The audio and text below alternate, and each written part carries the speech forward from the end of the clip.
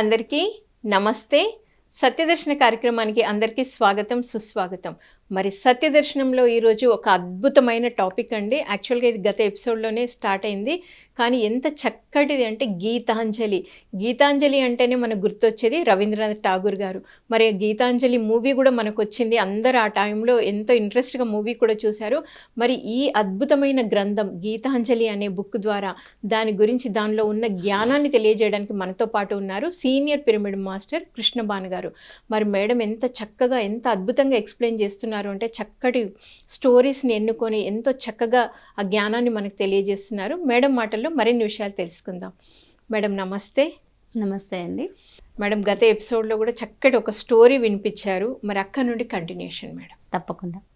మొదటిగా పిఎంసి ప్రేక్షకులకు బ్రహ్మర్షి పితామహ పత్రిజీ సార్ గారికి నమస్కారం చేసుకుందాం. ఇవాళ లాస్ట్ టైం మనం స్వయం కృషి చేస్తే కానీ ఏది రాదు, మనం ఏది సాధించలేము. ఎవరో వస్తారు ఏదో చేస్తారు అని వదిలేసి కూర్చోకూడదు. ఎప్పుడు కూడా ఒక ఉత్తేజంతో, ఒక తేజస్సుతో మనం ఉండాలి అన్న ఒక సారాంశంతో ఒక చిన్న కథని చెప్పుకుందాం. ఆ కాంటెక్స్ట్గానే ఇవాళ మన గీతాంజలిలో ఇంకొక గీయాన్ని తీసుకుందాం, ఇంకొక గీతాన్ని. ఇక్కడ కవి ఎలా మొదలుపెట్టారంటే, మంత్రాలు, కీర్తనలు, జపాలు పక్కన పెట్టు, అన్ని తలుపులన్నీ బంధించి ఈ గుడి చీకటి మూల ఒంటరిగా ఎవరి కోసం ప్రార్థన చేస్తున్నావు? కళ్ళు తెరచి చూడు, నీ ఎదుట నీ ఈశ్వరుడు లేడు. ఎక్కడైతే గట్టి నేలను రైతు దున్నుతున్నాడో, ఎక్కడ రాళ్ళు బాట వేయడానికి కూలీలు రాళ్ళు కొడుతున్నారో, అక్కడ ఈశ్వరుడు ఎండలో, వానలో, దుమ్ము పట్టిన బట్టలతో వాళ్ళ మధ్య తిరుగుతున్నాడు. ఓకే, అంటే ఎక్కడైతే కష్టపడుతున్నారో అలాంటి వాళ్ళ మధ్య ఈశ్వరుడు తిరుగుతున్నాడు. నీ మడి బట్టలను అవతల పెట్టు, అతని వలనే నువ్వు కూడా ఈ దుమ్ము నేల మీదకు రా. మోక్షమా? మోక్షం అనేది ఎక్కడుందయ్యా? ఇదంతా గేయమే. మన ప్రభువే స్వయంగా ఈ సృష్టి బంధనాన్ని తన పైన వేసుకుని ఉన్నాడు. శాశ్వతంగా మనతో తాను కట్టుబడి ఉన్నాడు. నీ పుష్పాలు, ధూపాలు అవతల పెట్టు, నీ ధ్యానంలో నుంచి బయటికి రా. నీ బట్టలు చిరిగి మరకలైతే అంతలో వచ్చిన నష్టమేముంది? అంతలో వచ్చిన ముప్పేముంది? నుదిటి చెమటతో కష్టించి కృషిలో అతని పక్కన నిలబడు అని కవి చెప్పారు. లాస్ట్ టైం చెప్పుకున్నాం కదా స్వయం కృషి అని. దానికి ఇంకొంచెం ఘాటుగా చెప్పారనమాట. ఇప్పుడు నేను మెడిటేషన్ నేర్చుకున్నాను, నాకు అంతా తెలిసిపోయింది, నేను ఇంకా ధ్యానంలోనే కూర్చుంటాను, అన్నీ వదిలేస్తాను, పనులు చెయ్యను, ఎవరిని చూడను, ఇంట్లో నాకు సంబంధం లేదు, ఏ బాధ్యతలు నాకు అంటవు, నేను కళ్ళు మూసుకు కూర్చుంటాను, లేదో నేను పూజ చేసుకుంటూ కూర్చుంటాను. ఇది చాలామంది ఆడవాళ్ళలో మీరు చూసే ఉంటారు. పొద్దున్నే పాపం పిల్లలు లేస్తారు, స్కూళ్ళకి పరిగెడుతూ ఉంటారు, ఆఫీసులకి హస్బెండ్ పరిగెడుతూ ఉంటారు, లేక మగవాళ్ళు అయితే ఆడవాళ్ళు అన్ని పనులు పరిగెడుతూ చేసుకుంటూ ఉంటారు. ఇక వాళ్ళు వెళ్ళి పొద్దున్నే ఇంకా నేను ఆధ్యాత్మిక పరుణ్ణి అని చెప్పి వెళ్ళి ఆ పూజా మందిరంలోనే కూర్చుండిపోతారు. బయట ఏమైపోయినా పట్టించుకోరు. ఈ ఇల్లాలే అన్నీ కష్టపడి చేసుకోవాలి. లేదు, స్త్రీ అక్కడ కూర్చుంటే ఈ మగవాడు కానీ ఆ పిల్లలు కానీ ఇబ్బంది పడిపోతారు. అంటే ఒక కుటుంబ సారాంశంగా తీసుకుంటే చాలా ఇబ్బందికరమైన పరిస్థితిని మనం ఇంకొంచెం లేవనెత్తుకుంటున్నాం. ఇంట్లో సాధారణంగా మెడిటేషన్ చేసేది, ధ్యానం కానీ భక్తి కానీ చేసేది ప్రేమపూర్వకమైన జీవితాన్ని గడపడానికి. అది మానేసేసి ఇంకొంచెం ఇబ్బందుల్లో, కష్టాల్లో మన జీవితాన్ని మనమే నెట్టేసుకుంటున్నామంటే అన్నమాట. ఎందుకు? పూర్తి అవగాహన లేక.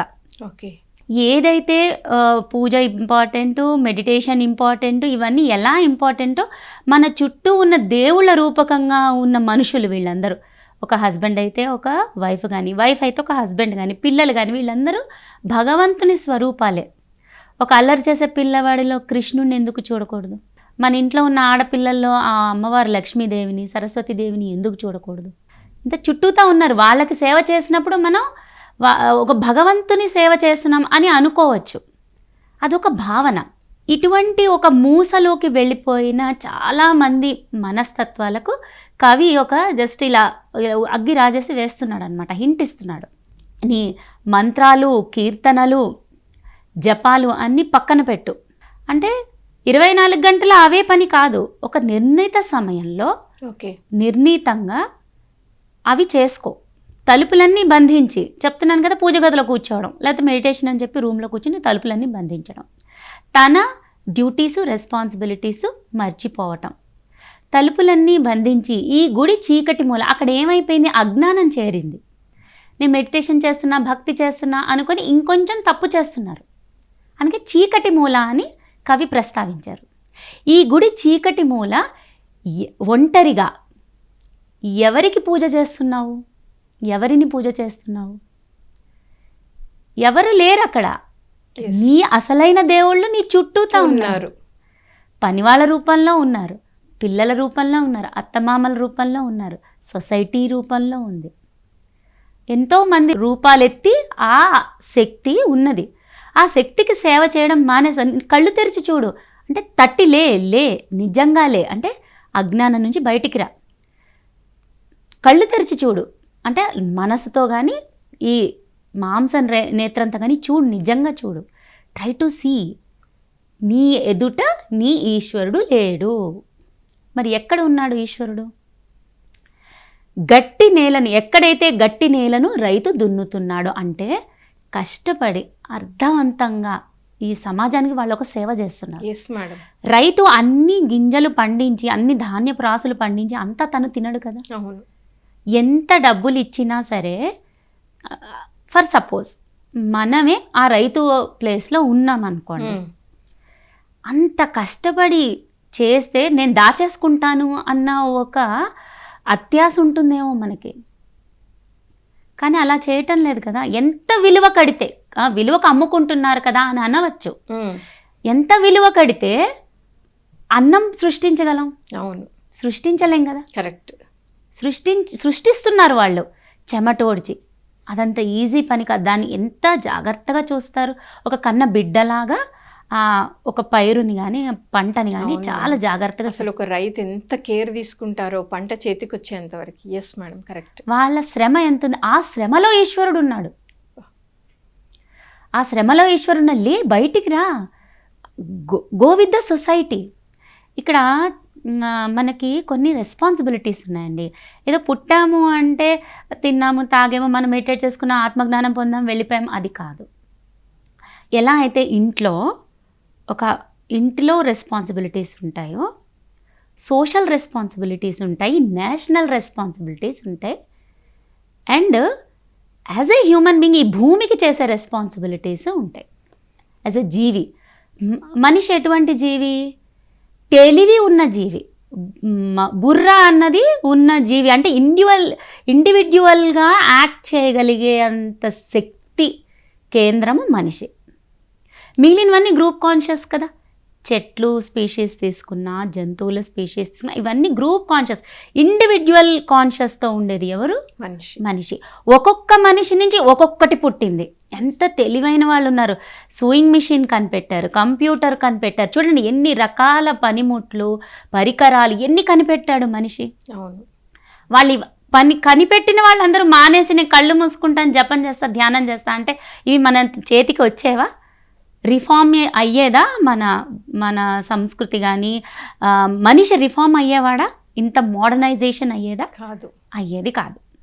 కాబట్టి ఒక ఉత్తేజాన్ని నింపుతున్నాడు అనమాట. రియల్ స్పిరిచువాలిటీ అంటే be responsible to your home, to your society, to your nation, towards earth. ఇన్ని రకాల రెస్పాన్సిబిలిటీస్ నీకు ఉన్నాయి కాబట్టి అదొక్కటే కాదు. రియల్ స్పిరిచువాలిటీ ఏం చేస్తుంది? వీటన్నిటినీ సమాంతరంగా నిర్వహించే శక్తిని మనకి ఇస్తుంది. కాబట్టి ఎక్కడ బాట వేయడానికి కూలీలు రాళ్ళు కొడుతున్నారో, మనకే రోడ్లు లేవనుకోండి, ఎంత ఇబ్బంది. ఇప్పుడు వర్షాకాలం వచ్చేది, బూరద, చీచి అంటాం, చిరాకు అంటాం, బట్టలు పాడైపోతాయి అంటాం. అయినా ఇంత ట్రాన్స్పోర్ట్ ఉంది కాబట్టే కదా ఇంత ట్రేడింగ్ జరుగుతోంది, ఇంత ఎకానమీ బిల్డప్ అయింది. అది ఊరికే రాలేదు కదా. ఏదైనా అండి, ఒక సృష్టి జరిగింది, ఒక కృషి జరిగితేనే వస్తుంది. ఆ కృషి, ఆ సృష్టి చెయ్యడానికి నిన్ను నువ్వు సన్నాహం చేసుకో. ఎందుకు సన్నాహం చేసుకోవాలి? ఎందుకంటే నువ్వు అక్కడ ఎక్కడున్నాడు ఈశ్వరుడు? అక్కడ ఈశ్వరుడు వానలో, ఎండలో, వానలో దుమ్ము పట్టిన బట్టలతో వాళ్ళ మధ్య తిరుగుతున్నాడు. అంటే ఎనర్జీ. ఈశ్వరుడు అంటే ఎనర్జీ. ఎక్కడుంది ఎనర్జీ? ఇటువంటి పాజిటివ్ పనులు, ఒక కన్స్ట్రక్షన్, ఒక సృష్టి చేసే వాళ్ళ మధ్యలో, ప్లస్ ఏమంటారంటే ఇప్పుడు సృష్టించడం, ఇప్పుడు ఇన్వెంట్ చేయడం, ఒకటి కనిపెట్టడం, ఒక పరికరాన్ని ఫర్ సపోజ్ ఏరోప్లేన్ ఉంది. రైట్ బ్రదర్స్ ఏరోప్లేన్ని సృష్టించారు కాబట్టే కదా మనం ఎంత చక్కగా అన్ని చోట్లకి ఈజీగా వెళ్ళగలుగుతాం. అవును. అక్కడి నుంచి రిఫార్మ్ అయ్యింది, రకరకాలుగా రిఫార్మ్ అయింది. ఒక పక్షిని చూసి అంటే నేచర్తో ఉండు, కష్టం ఎక్కడుందో అక్కడ కష్టపడు. ఎనర్జీ అంటే నువ్వే ఆ ఎనర్జీ ఫామ్ని ఆవాహనం చేసుకో, ఎలా కష్టపడి అని చెప్తున్నారు కవి ఇక్కడ. నీ మడి బట్టలు అవతల పెట్టేసాయి అంటే నేను మడి కట్టుకున్నట్టుగా ఎవరు నాకు సంబంధం లేదు. ఒక మడి కట్టుకోవడం ఒక ప్రక్రియ ఈ సనాతన ధర్మం, ఈ బ్రాహ్మణ కుటుంబాల్లో ఎక్కువగా మీకు కనిపిస్తూ ఉంటుంది. వాళ్ళు ఆ టైంలో అన్నీ ముట్టుకోరు, అవి ముట్టుకోరు, ఇవి ముట్టుకోరు, కొంచెం జాగ్రత్తగా ఉంటారు. అలాంటి రోజంతా ఉండరు. దానికి ఒక నిర్ణీత సమయం, ఒక టైం ఉంటుంది. ఆ పూజ చేసేటప్పుడు కానీ ఏదన్నా ఒక వ్రతం చేసేటప్పుడు అంతవరకే. ఆ తర్వాత మళ్ళీ వాళ్ళు మామూలుగా ఈ నిత్య జీవితంలో వస్తారు.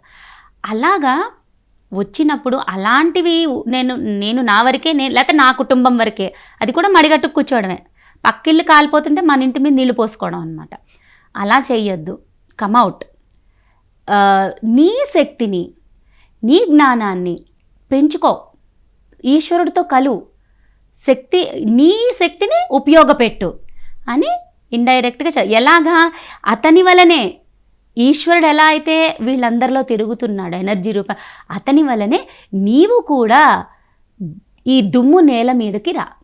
దుమ్ము పట్టిన నేల అని చెప్పి దూరంగా వెళ్ళిపోకు, రా, బయటికి రా. బీ విత్ ద నేచర్, శ్రమించు, కష్టపడు అని చెప్తున్నారు. తర్వాత లైన్లో ఏం చెప్తున్నారు? మోక్షం గురించి చెప్తున్నారు. మోక్షమా? ఆ మోక్షం అనేది ఎక్కడుందయ్యా? ఎక్కడుంది మోక్షం? నిజంగా ఇప్పుడు రమణ మహర్షి లాంటి వాళ్ళు చేశారు, ఒక యోగాన్ని వాళ్ళు పొందారు, కొన్ని సంవత్సరాలు వాళ్ళు దానిలోనే ఉన్నారు. కానీ ఆయన అలా అంటే ఎవరితో కలవకుండా, మాట్లాడకుండా అలాగే ధ్యానంలో ఉండిపోయి ఈశ్వర సాక్షాత్కారాన్ని పొంది వాళ్ళు ఏం చేశారు? ఎంతోమంది శిష్యులను రిఫార్మ్ చేశారు. Correct madam. అంతేగాని అయిపోయింది నేను అని చెప్పి వాళ్ళ వరకు కూర్చోలేదు కదా, జ్ఞానాన్ని పంచారు కదా. రమణ మహర్షులు చాలా తక్కువ మాట్లాడారు. తక్కువ మాట్లాడే కూడా ఆయన ఎంతో మందిని ఉద్ధరించారు, ఎంతోమంది ఫారినర్స్ని ఉద్ధరించారు. స్వామి వివేకానందని తీసుకోండి, ఆయన ఎంత సోషల్ రిఫార్మ్ తీసుకొచ్చారు. ఆయన పుడుతూనే తీసుకురాలేదు కదా. లేదు మేడం, పుడుతూనే తీసుకురాలేదు. మొట్టమొదట ఆయన చిన్న పిల్లవాడిగా ఉన్నప్పుడు వాళ్ళ అమ్మగారు అనేవారట, నేను ఈశ్వరుని రోజు పూజ చేశాను, మంచి బుద్ధిమంతుడైన కొడుకునిమ్మని, నీలాంటి రాక్షసుని నాకు పంపించాడు ఆ స్వామి అని అంత అల్లరి చేసేవారట ఆయన. ఓకే. చిన్నప్పుడు. ఆ తర్వాత వాళ్ళ నాన్నగారు, తర్వాత వాళ్ళ అమ్మగారు ఇంట్లో ఈ స్పిరిచువాలిటీ ఇవన్నీ ఆయన మీద మంచి ప్రభావితం చూపించాయి. ప్రభావం చూపించిన తర్వాత ఆయన ఏం చేశారు, కొంత చిన్న వయసులోనే రామాయణ, భాగవత, మహాభారత, శంకరులు రాసినటువంటి స్క్రిప్ట్స్ కానీ అన్నీ చదివారనమాట. అదేంటి మన భగవద్గీత అవన్నీ చదివారు.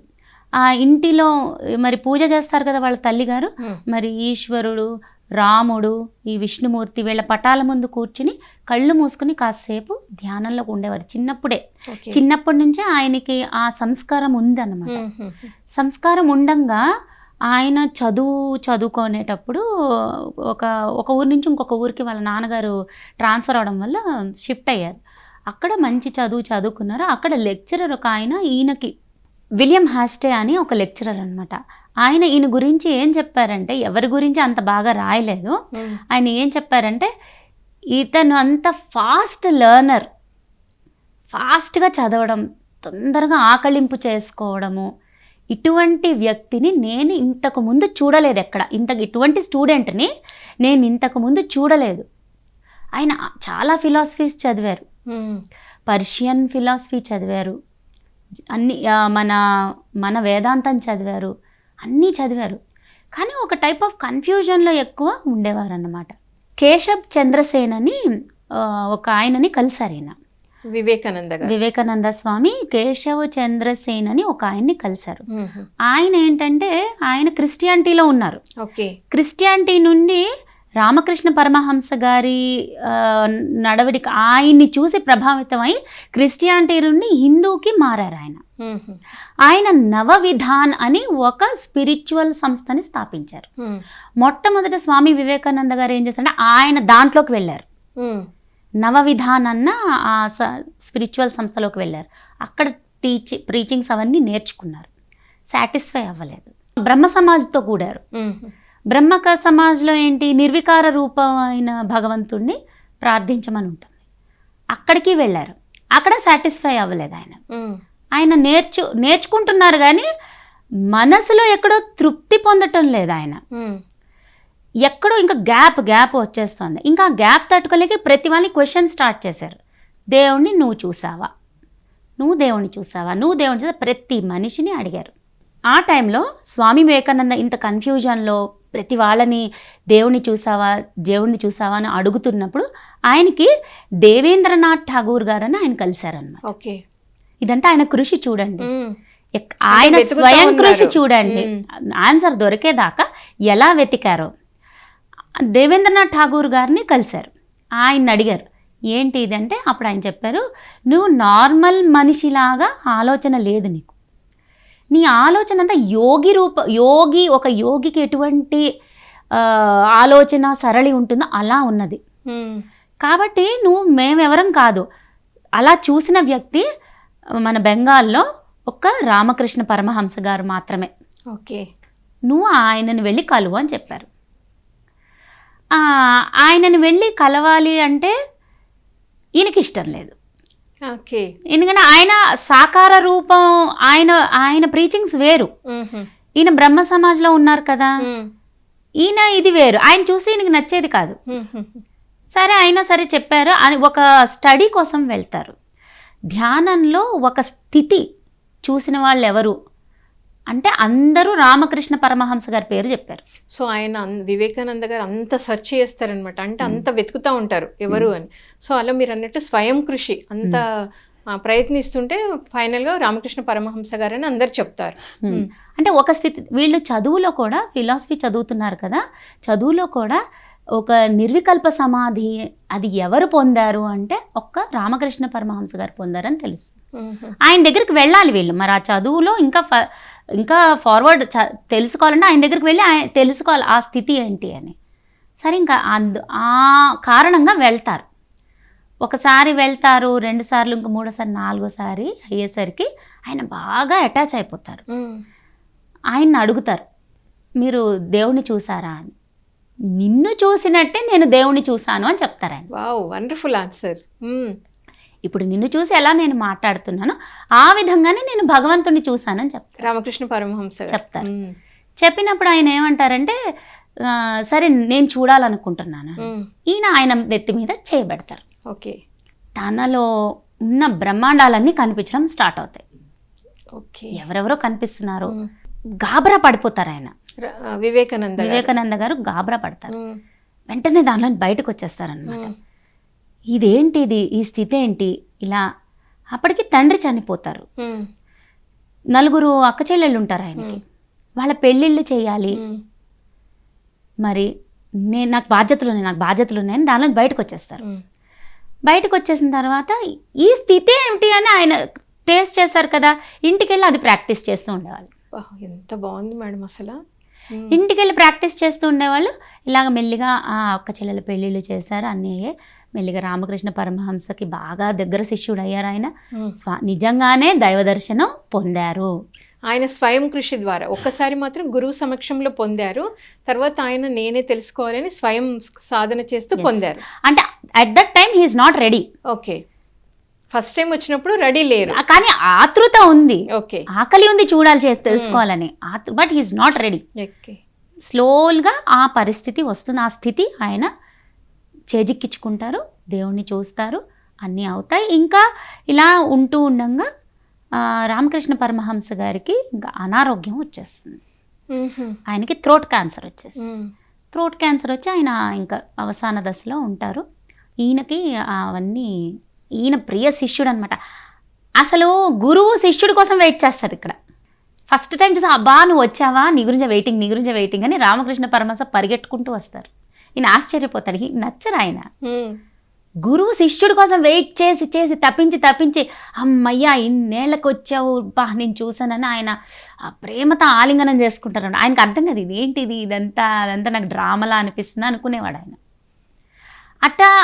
ఆ పరిస్థితిలో, అట్లాంటి పరిస్థితిలో అంత దగ్గర అయిపోయి ఈయన చేతుల మీద ఇంకా రామకృష్ణ పరమహంస గారి యొక్క ఉద్దేశాలు అన్నీ ఇంక ఇప్పుడు వివేకానంద గారి చేతిలో ఉన్నాయన్నమాట. స్వామి వివేకానంద గారి చేతిలో. ఇక్కడ బేలూరులో ఇంకా ఏమైంది, ఇంతకాలం రామకృష్ణ పరమహంస గారు ఉండంగా వచ్చిన భక్తులు, డొనేషన్స్ ఇవన్నీ తగ్గిపోయాయి. ఆయన ఫాలో అయిన కొంతమంది సన్యాసం తీసుకుని ఉన్నవాళ్ళు కూడా మెల్లిగా నీరు కారిపోతున్నారు. మళ్ళీ వెళ్ళి సంసార ఇది గృహస్థు ఆశ్రమాన్ని తీసేసుకుంటున్నారు. ఓకే, నిర్వీర్యం అవుతోంది అన్న టైంలో రామకృష్ణ పరమహంస గారు బేలూరు మఠాన్ని స్థాపించి, అది చాలా తక్కువ అన్నమాట, దాని అద్దె తక్కువ. హోలీ అంటే ఇది ఎలా చెప్తారంటే ఒక రకంగా అడుక్కోవడం అంతే. యాచకత్వం ద్వారా మఠాన్ని నిలిపారు. అంత ఈజీ కాదండి. ఈరోజు రామకృష్ణ మిషన్ మఠము ఎన్నో ప్లేసెస్లో వ్యాప్తి చెంది ఉన్నాయి. అదంతా ఇట్స్ నాట్ అంటే వన్ నైట్ జర్నీ కాదది. చాలా కష్టపడి, చాలా కింద పడి మీద పడి ఎన్నో ధ్యానం చేసేవారట అక్కడ. ఆ బేలూరు మఠంలో 3 గంటలకి లేచి అద్భుతమైన ధ్యానం చేసేవారట వీళ్ళందరూ కూడా.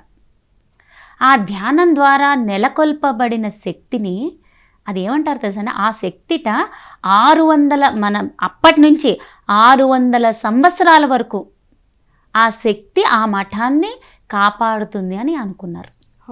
అంత శక్తి వాళ్ళు ప్రొడ్యూస్ చేశారు. ఇందులో పాటుగానే 1893లో యునైటెడ్ స్టేట్స్కి వెళ్ళారు మన వివేకానంద గారు. వివేకానంద గారు ఎందుకు వెళ్ళారు, అక్కడ ఏం జరుగుతుంది, పార్లమెంట్ ఆఫ్ రిలీజియన్స్ జరుగుతుంది.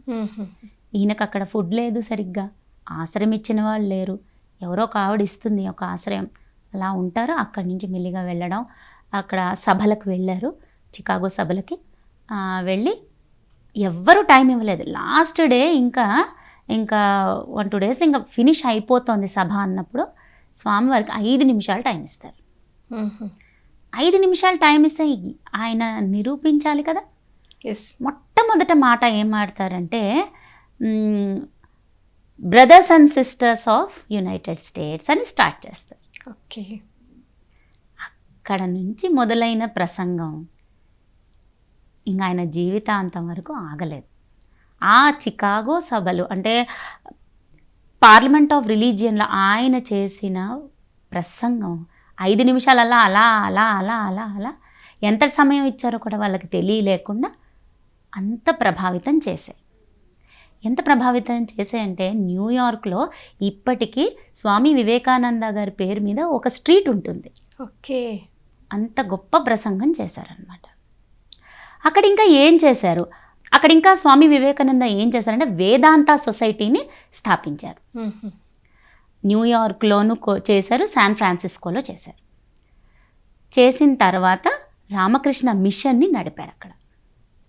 అక్కడ మొనాస్ట్రీస్ నడిపే వాళ్ళకి, మన హౌస్ హోల్డ్ మన రెగ్యులర్ మనుషులకి, ఇంట్లో ఉండే వాళ్ళకి, వాళ్ళందరికీ కూడా ఈ వేదాంత సారాన్ని ఉపదేశం చేస్తూ ఉండేవాళ్ళు. అక్కడి నుంచి నిరాటంకంగా ఆయన ప్రతిభ కానీ, ఆయన మాట ప్రీచింగ్స్ కానీ, రామకృష్ణ మిషన్ స్వామి యొక్క అంటే ఆయన ఏంటి మిషన్ అంటే ఆయన ఉద్దేశం, మూల ఉద్దేశం ఏంటి అని చూస్తే చారిటీ, సోషల్ వర్క్, ఎడ్యుకేషన్. చూడండి, మెడిటేషన్ చేసి ఆయన పొంది భగవంతుణ్ణి చూసి ఊరుకోలేదు.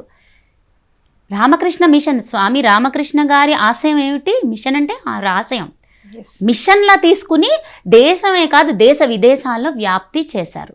వేటి ద్వారా? Charity, social work and education. ఈ రోజుకి ఎక్కడైనా పెద్ద విపత్తు మన దేశంలో వచ్చిందంటే మొట్టమొదట నిల్చునేది రామకృష్ణ మఠం వాళ్ళే.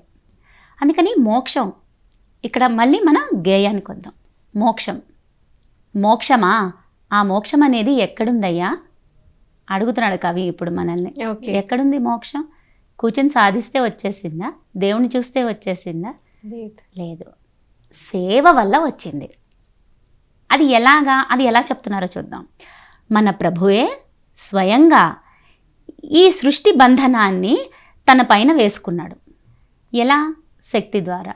ఇలాంటి ఎంతోమంది మహర్షుల ద్వారా, ఋషుల ద్వారా నడిపిస్తున్నాడు. అంతే కదండి, వాళ్ళే రిఫార్మ్ తేగలరు. మన బ్రహ్మర్షి పితామహ పత్రి సార్ ఏంటి, అవును, ఎలాంటి రిఫార్మ్ తీసుకొచ్చారు. Correct madam. ధ్యానం అనేది ఎలాంటి టైంలో అందరికీ మళ్ళీ రీఇంట్రడ్యూస్ చేశారు, ఈజీ వేలో, అవును. ఈజీ మెథడ్లో. ఆయన మాటలకి ఎంతమంది ఆకర్షితులయ్యారు, ఎంతమంది ప్రభావితులయ్యారు. అవును. ప్రభావం చెంది ఆగిపోలేదు. ఇది ఒక మిషన్ లాగా ఇది ఎంత చక్కగా ముందుకు నడుస్తుంది. ఆయన విజన్ ఎంత బాగుంది. ఒక పిఎంసిని స్థాపించారు.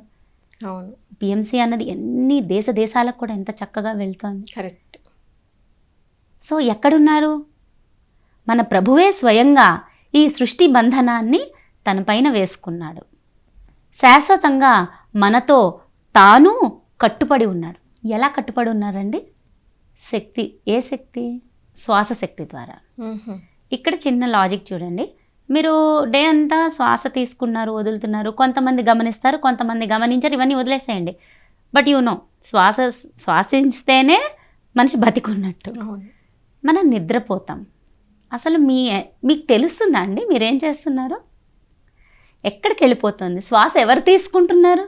ఆ గాలిని లోపలికి ఎవరు తీసుకుంటున్నారు? లోపల నుంచి బయటికి ఎవరు పంపిస్తున్నారు? శ్వాస లోపలికి తీసి బయటికి పంపించే ఆ ప్రక్రియ కూడా ఎవరు చేస్తున్నారు? ఈశ్వరుడే. ఎలా చేస్తున్నాడు? శాశ్వతంగా మనతో. ఆ శాశ్వతంగా అంటే మనిషి బతికున్నాడు అంటే శ్వాస ఉన్నట్టే కదా. బతికున్న వాళ్ళందరిలో శ్వాస నడుస్తున్నట్టే కదండి. ఎస్. శాశ్వతంగా మనతో తాను కట్టుబడి ఉన్నాడు. అంటే మనతో బంధింపబడి ఉన్నాడు శ్వాస ద్వారా. శ్వాసయే ఎనర్జీ. ఆ శ్వాస తీసుకుని వదులుతూనే ఈ శక్తికి సంబంధించిన పనులని చేస్తున్నారు. చూడండి, మీరు మాట్లాడాలంటే మీరు శ్వాసించలేరు, శ్వాసను ఆపి మాట్లాడతారు. మీరు ఒక మాట మాట్లాడి ట్రై చేయండి, శ్వాస తీసుకుని రెండు ఒక్కసారి ట్రై చేయండి. మాట్లాడండి, శ్వాస తీసుకోండి, రెండు ఒకసారి అవుతాయా? ఒకసారి జస్ట్ ప్రాక్టికల్గా ట్రై చేయండి. అవ్వవు మేడం. ఇంతకుముందు నేను ఒకసారి ట్రై చేశాను, అవ్వదండి.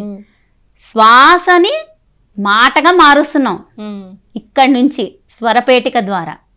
ఓకే. శ్వాస లేదని కాదండి, శ్వాస ఉంటుంది. ఉంటుంది. శ్వాసని స్వరంగా మార్చాం. గాలి. ఇంకెన్ని రకాలుగా శ్వాసని ఉపయోగపెడుతున్నాం. స్వరంగా మారుస్తున్నాం. ఇక్కడ ఆకలి అని మంట, గ్యాస్ మంట, అసిడిటీ, ఇది ఏంటండి? లోపల ఒక రకమైన గాలి. అది ప్రాణ, వ్యాన, అపాన ఇవన్నీ వాయువులు కదా. వాయువు ద్వారానే బాడీ అంతా నడుస్తోంది. అది మీరు నిద్దట్లో కూడా నడుస్తుంది. మీ ప్రమేయం ఏం లేదు దానిలో.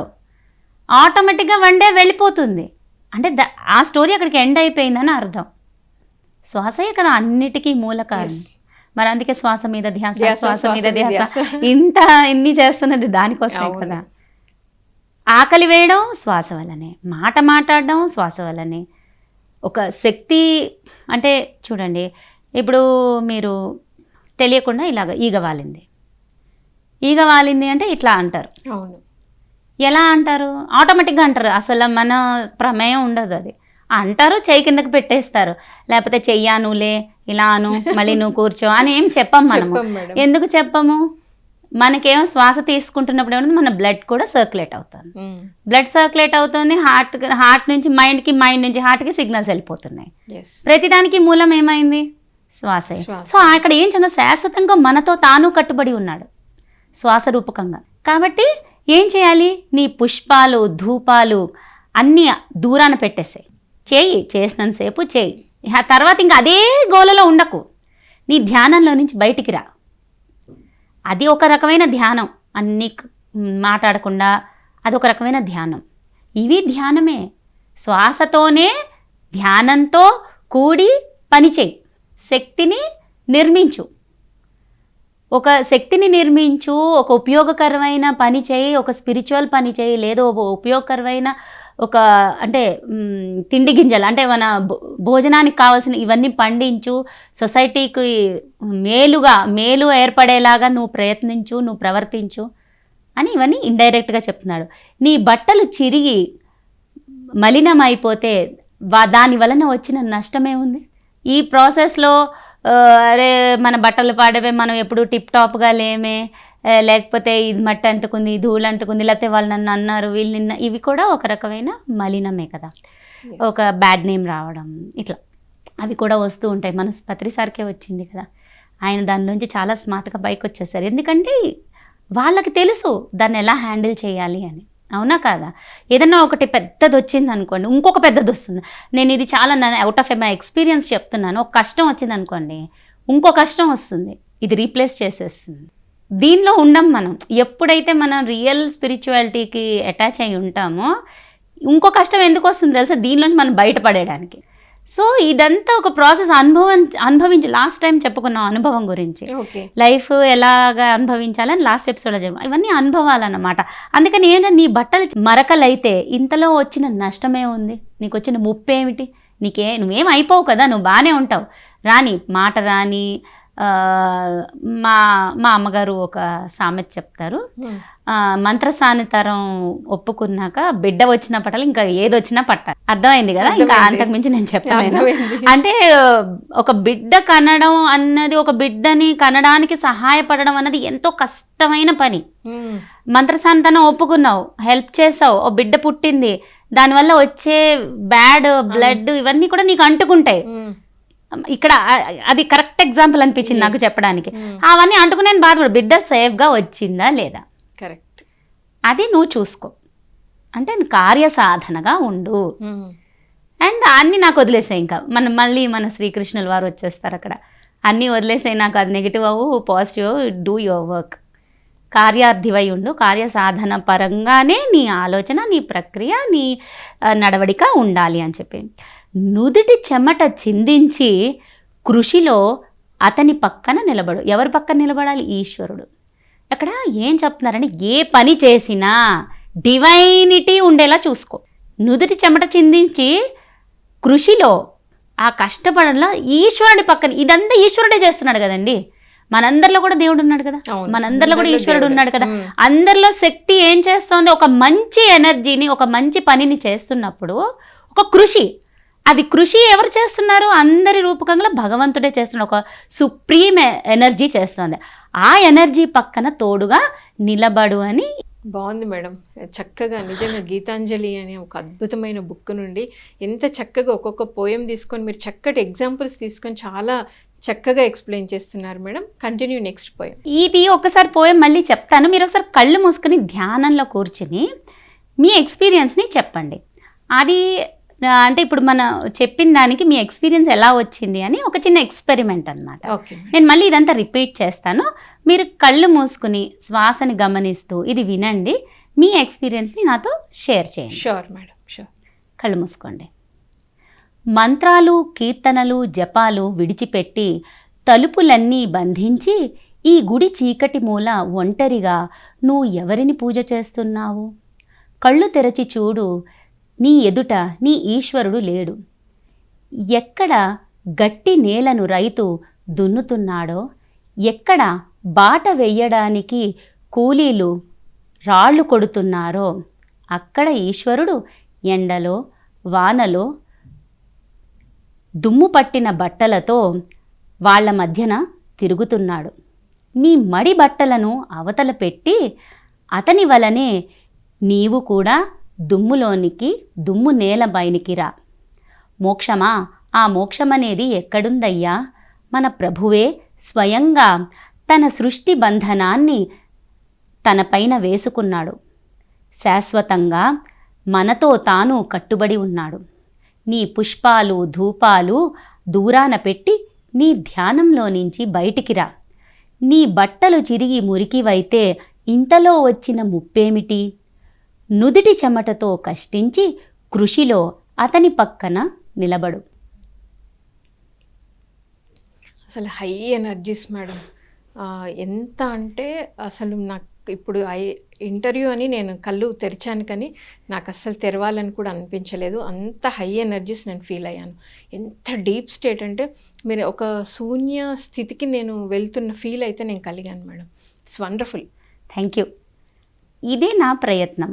ఈ గేయాలు ఇలా మా అందరూ కూడా వీలైతే పుస్తకం తీసుకుని ఇలాగ అర్థం చేసుకుని మైండ్ని ఒక బ్యాలెన్స్లోకి తీసుకురావడానికి ఇవి చాలా బాగా ఉపయోగపడతాయి. ఎందుకంటే చాలా సరళమైన భాషలో అందరికి అర్థమయ్యే రీతిలో ఉన్నాయి కాబట్టి చాలా యూస్ఫుల్గా ఉంటాయి. ఎస్ మేడం, నిజంగా చాలా నాకు తెలిసింది మేడం. ఒక శూన్య స్థితి నేను వెళ్తున్నాను చక్కగా, ఇంకా ఇప్పుడు బయటికి రావాల్సి వచ్చింది. వండర్ఫుల్. రెండో గేయాన్ని కూడా చూద్దాం మనం. Okay madam. అది ఒక డిఫరెంట్ టేస్ట్. అది అచ్చంగా మీకేంటంటే నేచర్ నుంచి భగవంతుడికి మనం ఎలా చేరవచ్చు, ఎంత సులువుగా ఎంత సులభంగా, అదొక రకమైన ధ్యానం. అది ఎలా చేరవచ్చో కవి ఇక్కడ చక్కగా చెప్తున్నారు. ఓకే. అవును, నాకు తెలుసు హృదయేశ్వర, ఇదంతా నీ ప్రేమే, ఇంకేమీ కాదు. చెట్ల ఆకులపై పడే బంగారు కాంతి, ఆకాశంలో ఎగిరిపోయే సోమరి మబ్బులు, నా నుదుటిపై తన చల్లని స్పర్శను వదిలి వెళ్ళే ఈ గాలి, ఇదంతా నీ ప్రేమే కాక ఇంకేమీ కాదు. ఉదయకాంతి నా కళ్ళను ముంచెత్తింది, ఇదే నా హృదయానికి నీ సందేశం. నీ ముఖాన్ని పైనుంచి వంచావు, నా కళ్ళల్లోనికి చూస్తున్నాయి నీ కళ్ళు, నా హృదయం నీ పాదాలను తాకింది. నాకు ఈ పోయం చాలా ఇష్టమైంది. ఓకే. ఈ గేయం ఎంత స్వీట్గా సింపుల్గా డీప్గా ఉంటుంది. దీన్ని మనం కొంచెంగా మనం వర్ణించుకుందాం. Yes ma'am. ఈ ఎనర్జీ, ఈ ఈశ్వరుడు అన్నది, ఈశ్వరుడు మనల్ని ఎలా ప్రేమిస్తున్నాడు? By nature, from nature, through nature. ఆయనని మనం అనుభవిస్తున్నాం, మనల్ని ఆయన అనుభవిస్తున్నాడు. By nature, from nature. నేచర్లో మనం కూడా ఒక పార్టే. We are extracting things from nature. తీసుకుంటున్నాం, అనుభవిస్తున్నాం, చూసి అనుభవిస్తున్నాం, నోటి ద్వారా తిని రుచితో కడుపు నింపుకొని అలా అనుభవిస్తున్నాం. Through nature, through nature we are connecting. ఎవరెవరు? పరమాత్మ, ఆత్మ. Okay. Both we are connecting through nature. By nature, from nature, through nature. నాకు ఎంత ఇష్టం అంటే ఈ గేయం అంత ఇష్టం అన్నమాట. అవును, నాకు తెలుసు ఇదంతా నీ ప్రేమే, ఇంకేమీ కాదు. Yes, all this is your love. ఎలా లవ్ చూపిస్తున్నారు? దాహం, మనకి నీళ్ళు ఇస్తున్నారు, గాలి కావాలి, లేకపోతే బతకలేము, ఊపిరాడదు, చెమట పట్టేస్తుంది, చల్లగాలి కావాలి, ఆనందం కావాలి. ఆ గాలి వల్ల ఆనందం వస్తుంది, మీరు నీటి వల్ల తృప్తి వస్తుంది. మీరు ఎప్పుడైనా బాగా దాహంతో ఇంటికి వెళ్ళి ఒక గ్లాస్ నీళ్ళు తాగారనుకోండి, ఆ తృప్తి ఎన్ని కోట్ల డబ్బులు ఇచ్చినా మనం తీర్చలేము. ఎస్ మేడం, 100% కరెక్ట్ కదా. ఆ తృప్తికి వెలకట్టేది ఉందా? లేదు. లేదు. గాలి కావాలి, ఆనందాన్ని ఎట్లా ఇస్తుంది? ఒక్కసారి కరెంట్ వచ్చింది అనుకోండి, కరెంటు పోయి అమ్మయ్య అనుకుంటాం. అవును, అమ్మయ్య అన్నాము అంటే ఆనందాన్ని ఇస్తుంది. ఆ ఆనందం వెలకట్టగలమా అండి? లేదు. Can you at least recreate that? You can not recreate, because we are enjoying with nature. Fan అంటే మనం కృత్రిమంగా చెప్పుకున్నాం. బయట చూడండి, ఈ టైంలో ఉక్కపోతగా ఉంటే ఒక్కసారి చల్ల గాలి వేస్తే దట్ ఈస్ కళ్ళు మూసుకొని దాన్ని ఎంజాయ్ చేస్తాం అనమాట. ఆ ఫీల్ ని, ఆ టచ్ ని ఎంజాయ్ చేస్తాం. అవును. ఇది ఎలా జరుగుతుంది? We are meeting God with that తృప్తి. మంచినీళ్ళు భగవంతుడి వల్ల నేచర్లో ఉన్నవే. అవును. ఆ తృప్తితో వీఆర్ మీటింగ్ గాడ్. గాలి వచ్చినప్పుడు అబ్బా హాయిగా ఉంటుంది. ఆ గాలికి ఆ వచ్చే ఆ స్పర్శకి ఆ ఆనందంతో వీఆర్ మీటింగ్ గాడ్. ఎన్ని రకాలుగా వీ మీట్ గాడ్ కదా. How that is love. Out of love only all these things happen. అంతే కదా, పిల్లలు చూడండి బెల్ కొట్టగానే ఇంటికి వెళ్ళిపోవాలనుకుంటారు. అవును. ఎందుకు? ఆ అమ్మ ఉంటుంది. ఆ అమ్మ ఇప్పుడు బాక్స్లో ఏం పెట్టింది, పొద్దున్న వెళ్ళగానే క్వశ్చన్ మాకు బాక్స్లో చూడగానే ఆనందం వాళ్ళకి. ఆ బాక్స్లో ఏదైనా కొంచెం వాళ్ళకి ఇష్టమైన పెడితే తింటారు. అంటే జస్ట్ మన మన అంటే హ్యూమన్ బీయింగ్ రిలేషన్ చెప్తున్నాను.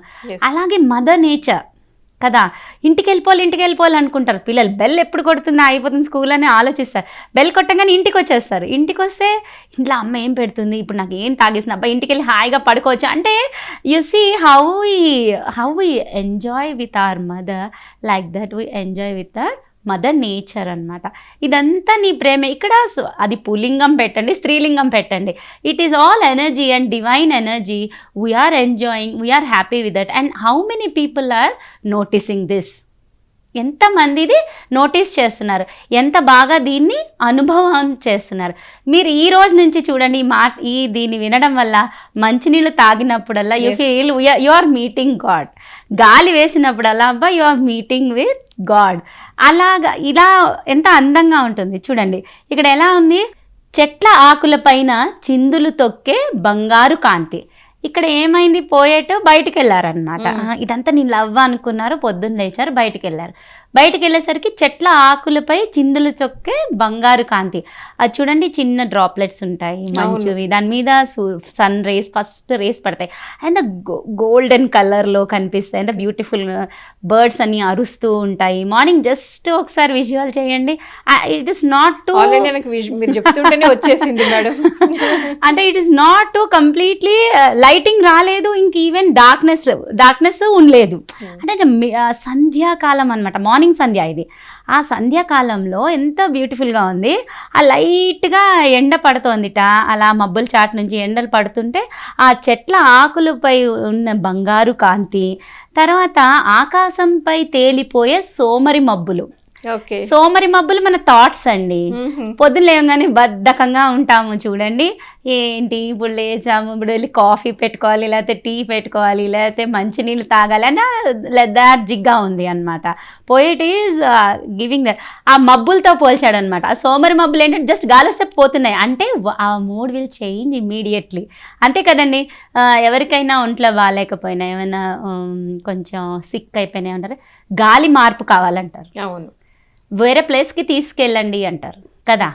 అప్పుడు ఏమవుతుంది, అక్కడికి తీసుకెళ్ళగానే ఈ మబ్బుల్లాగా ఈ పాత ఆలోచనలు తేలిపోతాయి అన్నమాట. అందుకని గాలికి ఎగిరిపోయే సోమరి మబ్బులు, అవి సోమరివి అంటే కొంచెం అలా ఉంటాయి, మన కొంచెం గట్టిగా అంటే పోతాయి. అది అక్కడ థాట్స్ గురించి చెప్తున్నారు. అది అయిపోయింది. అదైన తర్వాత ఏం చేయాలి, నుదుటిపై అంటే చల్లగా తాకే ఈ చిరుగాలి. అంటే మన చెప్పాను కదా ఇందాక, చల్లగా అలా బ్రీజ్ వస్తుంటే, కూల్ బ్రీజ్, మార్నింగ్ బ్రీజ్ ఎంత బాగుంటుంది. అసలు ఫ్యాన్ పనికిరాదు, ఏసీ పనికిరాదు, ఏది పనికిరాదు. అది ఇచ్చే అనుభవం అంత అద్భుతంగా ఉంటుంది, అంత హాయిగా ఉంటుంది, ఆనందాన్ని ఇస్తుంది. ఇదంతా నీ ప్రేమే కాక ఇంకేమీ కాదు. అదంతా లవ్, నువ్వు వర్షించే లవ్. మేము ఇదంతా మర్చిపోతున్నాం, ఇవన్నీ చూడట్లేదు. మనం ఏం చేస్తున్నాం, మనల్ని మనం బందీ చేసేసుకుంటున్నాం మన ఇంట్లోపల, మనం బయటికి వెళ్ళట్లేదు. ఇవన్నీ ఎంజాయ్ చేయాలి. ఇది ఎందుకు తెలుసుకోవాలి, తృప్తిగా హాయిగా ఉండడానికి తెలుసుకోవాలి. ఆ తర్వాత ఉదయ కాంతి నా కళ్ళను ముంచెత్తింది. అప్పుడు ఏమైంది, ఒక్కసారిగా ఇంకా సన్ రైజ్ అయిపోయింది. అంటే టక్కున గుర్తొచ్చేసాయి, ఇవాళ రోజు చేసే పనులన్నీ గుర్తొచ్చేసాయి. ఉదయ కాంతి నా కళ్ళను ముంచెత్తింది. ఇంకా టైం అవుతోంది, 7:30 కల్లా ఇంకా ఫ్రెష్ అయిపోయి ఆఫీస్కి వెళ్ళాలి, ఫుడ్ వండుకోవాలి, పదా చలో అని చెప్తోంది అనమాట. అది ఇదే నా హృదయానికి నువ్వు ఇచ్చే సందేశం. యాక్టివేట్ చేస్తున్నాడు స్వామి, చూడు time, it is time to go fresh your self అని ఒకటి. ఇంకొకటి ఏంటంటే, అది ఒక రకమైన తేజస్సుతో ఆ నేచర్లో ఉండి చూసినప్పుడు అంత ఫ్రెష్ ఫీలింగ్ వస్తుందన్నమాట. ఆ ఫ్రెష్ ఫీలింగ్ని కూడా మనం దీన్ని అనుకోవచ్చు, ఇదే నా హృదయానికి నీ సందేశం. హార్ట్ టచింగ్గా ఉంది ఆ ఫీలింగ్. హృదయానికి నీ సందేశం. నీ ముఖాన్ని పైనుంచి వంచావు. ఎలా ఉంచుతాడండి? పైనుంచి వంచడం ఏంటి? ఆయన మనలా ఏమన్నా he is having any human body? No. అంటే పైనుంచి వంచడం అంటే ఆ ఆకాశంలో ఉన్న వెలుతురంతా నీ కృపే, నీ ప్రేమే. డేనే అవ్వలేదు అనుకోండి, మార్నింగ్ అవ్వలేదు, లైట్ రాలేదు, మనకి ఎంత డల్గా ఉంటుంది. అవును కదా, ఒక్కొక్కసారి మబ్బులు కూడా ఏం చేయబుద్ధి కాదు. Correct madam. అందుకని ఇదేంటి, ఆకాశంలో ఏం చేశారు ఆయన, ఈశ్వరుడు తన ముఖాన్ని పైనుంచి వంచాట. నా కళ్ళల్లోనికి చూస్తున్నాయి నీ కళ్ళు. నా కళ్ళు అంటే నా కళ్ళు ఎలా చూస్తున్నాయి? నీ కళ్ళు చూస్తున్నాయి. కళ్ళని ఎలా? లైట్తో పోల్చారు, జ్ఞానంతో పోల్చారు. నా కళ్ళల్లోకి చూస్తున్నాయి నీ కళ్ళు. ఇంకా లాస్ట్లో ఏం చెప్పారు? నా హృదయం నీ పాదాలు తాకింది. అంటే gratitude. Thank you for this nature, thank you for everything. ఇంత సూపర్ నేచర్నిచ్చి ఇంత అనుభవాలను ఇస్తున్నాం, మేము గుర్తించలేకపోతున్నాం. కానీ ఇంత మంచి నేచర్నిచ్చి మమ్మల్ని ఇంత రిఫ్రెషింగ్గా, ఇంత జ్ఞానవంతంగా మమ్మల్ని మారుస్తున్నందుకు, తృప్తిగా జీవించేలా చేస్తున్నందుకు నా గ్రాటిట్యూడ్. నా హృదయం నీ పాదాలను తాకింది. ఇది చాలా సూపర్ లైన్ అన్నమాట. సో ఈ లైన్ గురించి నాకు ఈ పోయం ఇష్టం. ఒకసారి ఇది మళ్ళీ చెప్తాను, జస్ట్ ఒక చిన్న పోయమే కదా. కళ్ళు మూసుకుని మీ ఎక్స్పీరియన్స్ని నాకు షేర్ చేయండి. Okay madam. అవును, నాకు తెలుసు హృదయేశ్వర, ఇదంతా నీ ప్రేమే, ఇంకేమీ కాదు. చెట్ల ఆకులపై చిందులు తొక్కే ఈ బంగారు కాంతి, ఆకాశం పైన తేలిపోయే సోమరి మబ్బులు, నా నుదిటి మీద తన చల్లని స్పర్శను వదిలి వెళ్ళే గాలి, ఇదంతా నీ ప్రేమే కాక ఇంకేమీ కాదు. ఉదయకాంతి నా కళ్ళను ముంచెత్తింది. ఇదే నా హృదయానికి నీ సందేశం. నీ ముఖాన్ని పైనుంచి వంచావు, నా కళ్ళల్లోనికి చూస్తున్నాయి నీ కళ్ళు, నా హృదయం నీ పాదాలను తాకింది.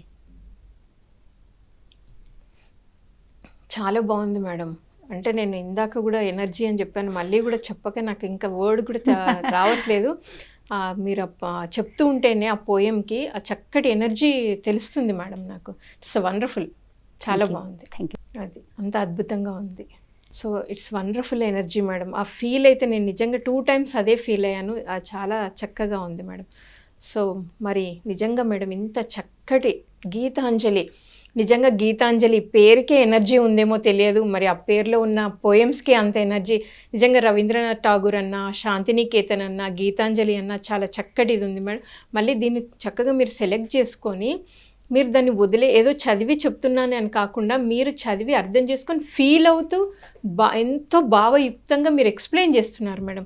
అంటే లైక్ మీరు ఆ టైంకి వెళ్ళి అక్కడ అందులో ఏముంది, ఆయన ఏం చెప్పారు అనేది అది ఎంత రియలిస్టిక్గా ఉంది అంటే ఏదో ఇక్కడ ఇంటర్వ్యూ లాగా లేదు మేడం. చక్కగా మనము ఆ కాలానికి వెళ్ళామో మరి నాకు ఆ ఫీల్ అయితే కలిగింది. చాలా చక్కగా ఎక్స్ప్లెయిన్ చేశారు madam. Thank you so much. అందరికీ థ్యాంక్ యూ, నమస్తే. సో విన్నారు కదండి, గీతాంజలి చక్కటి టాపిక్ని మేడం సెలెక్ట్ చేసుకొని అంతకంటే అద్భుతంగా మేడం దాన్ని చదివి ఎంతో అద్భుతంగా ఎక్స్ప్లెయిన్ కూడా చేశారు. ఇట్స్ వండర్ఫుల్ అండి. ప్రతి ఒక్కరూ దీన్ని చూడండి, ఇందులో ఉన్న జ్ఞానాన్ని తీసుకోండి. మరి మరొక సత్యదర్శన కార్యక్రమంలో మరొక మాస్టర్తో మళ్ళీ కలుద్దాం. అప్పటి వరకు చూస్తూనే ఉండండి PMC ప్రతిక్షణం సత్యదర్శనం. Thank you.